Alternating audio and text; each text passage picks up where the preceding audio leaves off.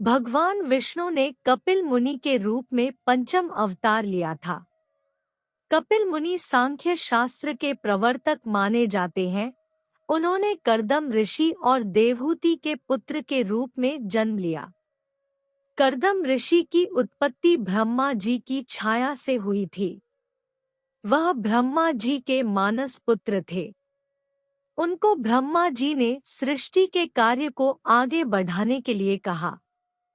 कर्दम ऋषि ने 10,000 वर्ष तक भगवान विष्णु की आराधना की। उनकी तपस्या से प्रसन्न होकर प्रभु शंख, चक्र, गदा लिए प्रकट हुए।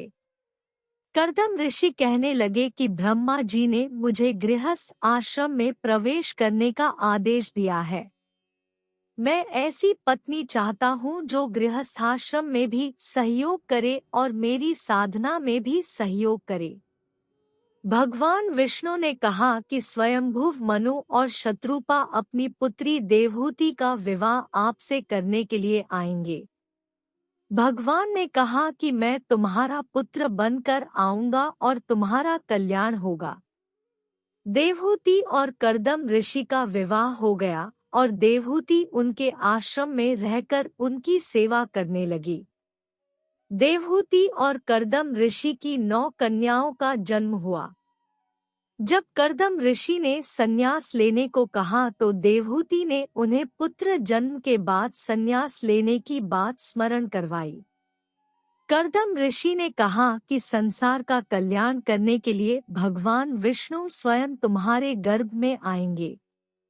जब भगवान विष्णु देवहूति के गर्भ में आए तो ब्रह्मा जी, मरीचि आदि ऋषियों के साथ कर्दम ऋषि के आश्रम में गए। देवहूति के गर्भ से विष्णु जी ने अवतार लिया। कर्दम ऋषि कहने लगे कि प्रभु, आपके अवतरण से मेरे मनोरथ पूर्ण हो गए। मेरा देवादिक ऋण दूर हो गया। मैं आपके दर्शन कर प्रजापति पद से मुक्त होकर संन्यास मार्ग पर जाना चाहता हूँ। प्रभु ने कहा कि आप जहाँ जाना चाहते हैं जाओ। सब कुछ मुझ में ही अर्पण कर दो, यह ही निष्कामता है। इससे मृत्यु को वश में किया जा सकता है।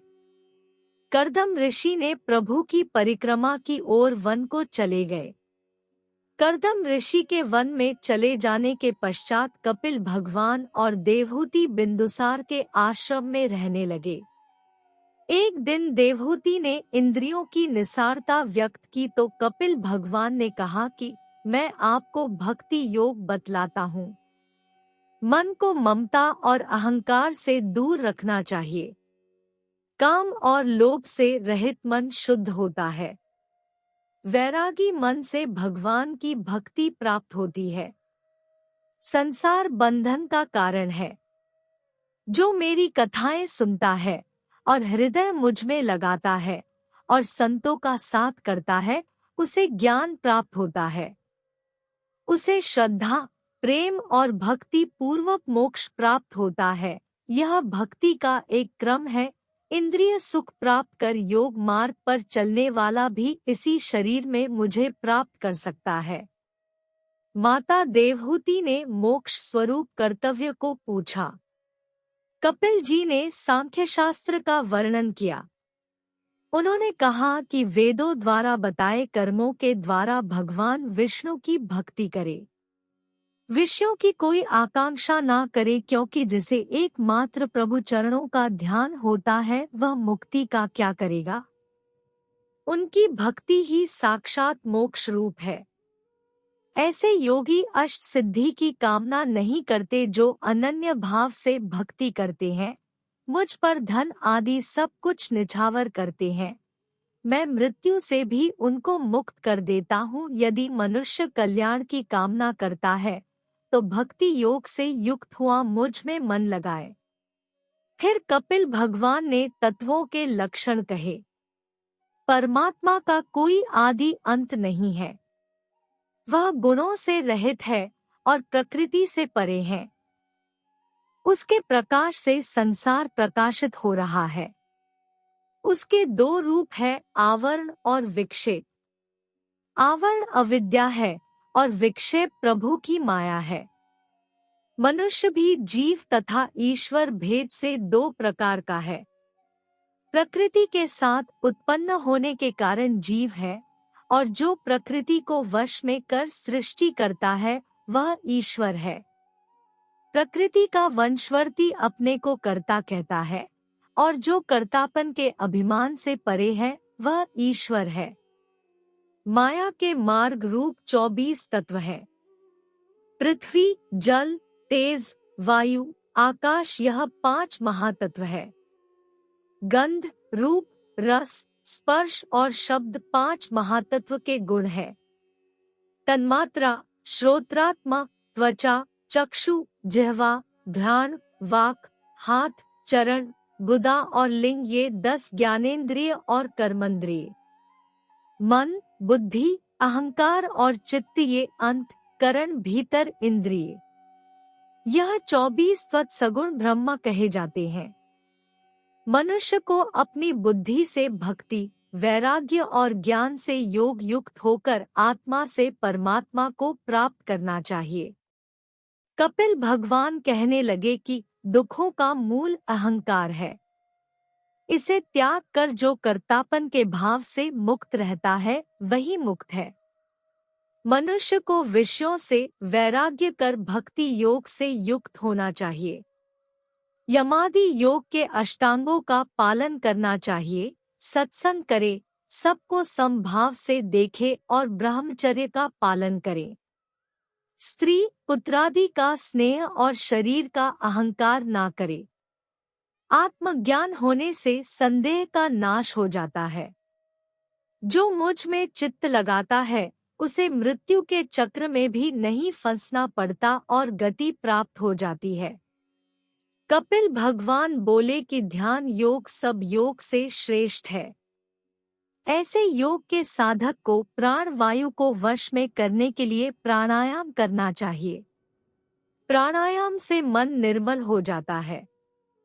एकाग्रता से नासिका के अग्रभाग में मन की दृष्टि से भगवान की मूर्ति का ध्यान करे, क्योंकि भगवान भक्त के हृदय में निवास करते हैं।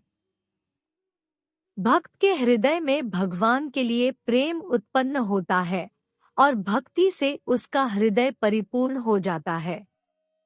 कपिल भगवान ने कहा कि हे माता, भक्ति के अनेक मार्ग है।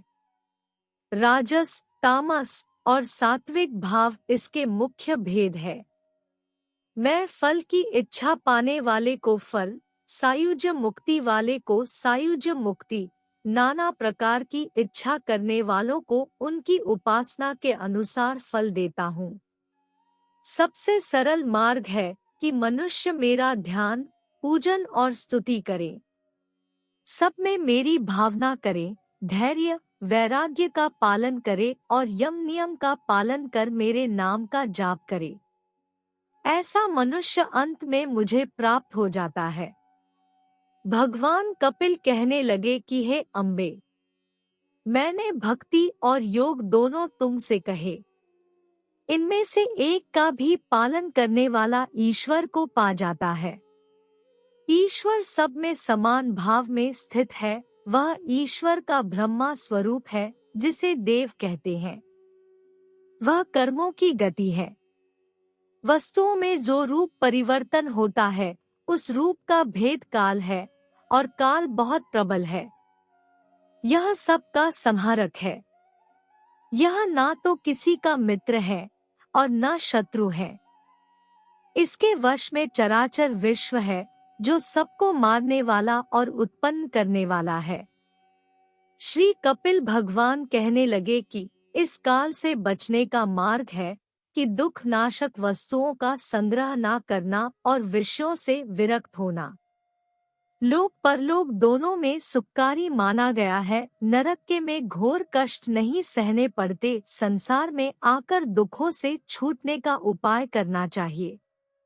मनुष्य जीवन भर जीविका के लिए अनियम करता है, लेकिन जीविका कभी स्थिर नहीं रहती। अंत में बूढ़े बैल के समान वृद्ध होने पर उसका तिरस्कार होता है, जब काल उसे अपने पाश से बंधन में बांध लेता है और उसकी मृत्यु हो जाती है।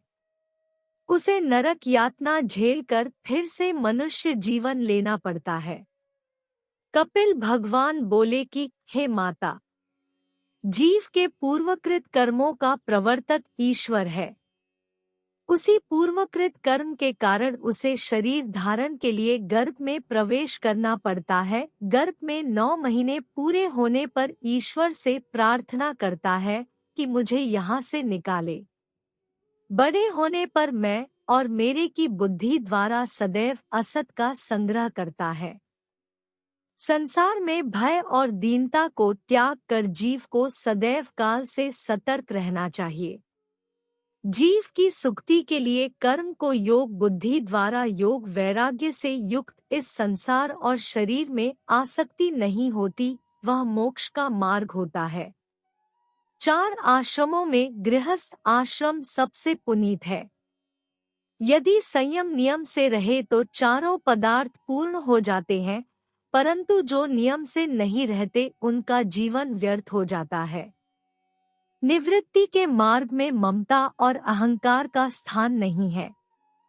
जो निवृत्ति के मार्ग को धारण करते हैं वह स्वर्ग पाते हैं और ऐसे योगी ब्रह्मा को प्राप्त कर लेते हैं। हे माता, तुम विष्णु भगवान की शरण में जाओ। जो भक्ति पूर्वक उनका भजन करता है उसे वैराग्य प्राप्त होता है। कर्म, यज्ञ, दान, तप, वेदपाठ और मन इंद्रियों को जीतने से योग के अष्टांगों तथा भक्ति से प्रकाश करने वाले सगुण निर्गुण भगवान प्रकट होते हैं। जो मुझ में चित्त लगाता है उसे बैकुंठ प्राप्त होता है। जब देवहूति का मोह दूर हो गया तो उन्होंने कपिल भगवान की स्तुति की। आपने सृष्टि की रचना की है, आपकी सहस्त्र शक्तियां हैं, आप सब जीवों के स्वामी हैं। आपके उदर से कमल उत्पन्न हुआ और कमल से ब्रह्मा जी ने आपके आशीर्वाद से सारी सृष्टि उत्पन्न की। आप कर्मों से रहित है, फिर भी संसार की सृष्टि आप में स्थित है। हे प्रभु, मैं आपको गर्भ में धारण करने योग्य कैसे हो सकी, यह आश्चर्य की बात है। मैं आपके कपिल रूप से साक्षात परब्रह्म विष्णु को प्रणाम करती हूँ। कपिल भगवान ने कहा कि हे माता, इस मार्ग का अनुष्ठान करने से आप जीवन मुक्त हो जाओगी। इस प्रकार माता को आत्मगति दिखाकर कपिल भगवान अपने लोक चले गए। देवहूति ने जटाजूट धारण कर सब प्रकार के तप और व्रतादि करके ब्रह्मा को प्राप्त हो गई। यहाँ हमने आपको भगवान विष्णु के 5वें अवतार कपिल मुनि के बारे में कुछ जानकारी देने का प्रयास किया है और कपिल मुनि ने इस वार्तालाप के द्वारा अपनी माता और पूरे संसार को सांख्य योग का ज्ञान दिया है। बोलो भगवान विष्णु तथा माता लक्ष्मी की जय हो। यदि आपको यह जानकारी अच्छी लगी तो मेरे YouTube चैनल को सब्सक्राइब करें जिससे आपको धार्मिक ज्ञान प्राप्त हो सके। धन्यवाद।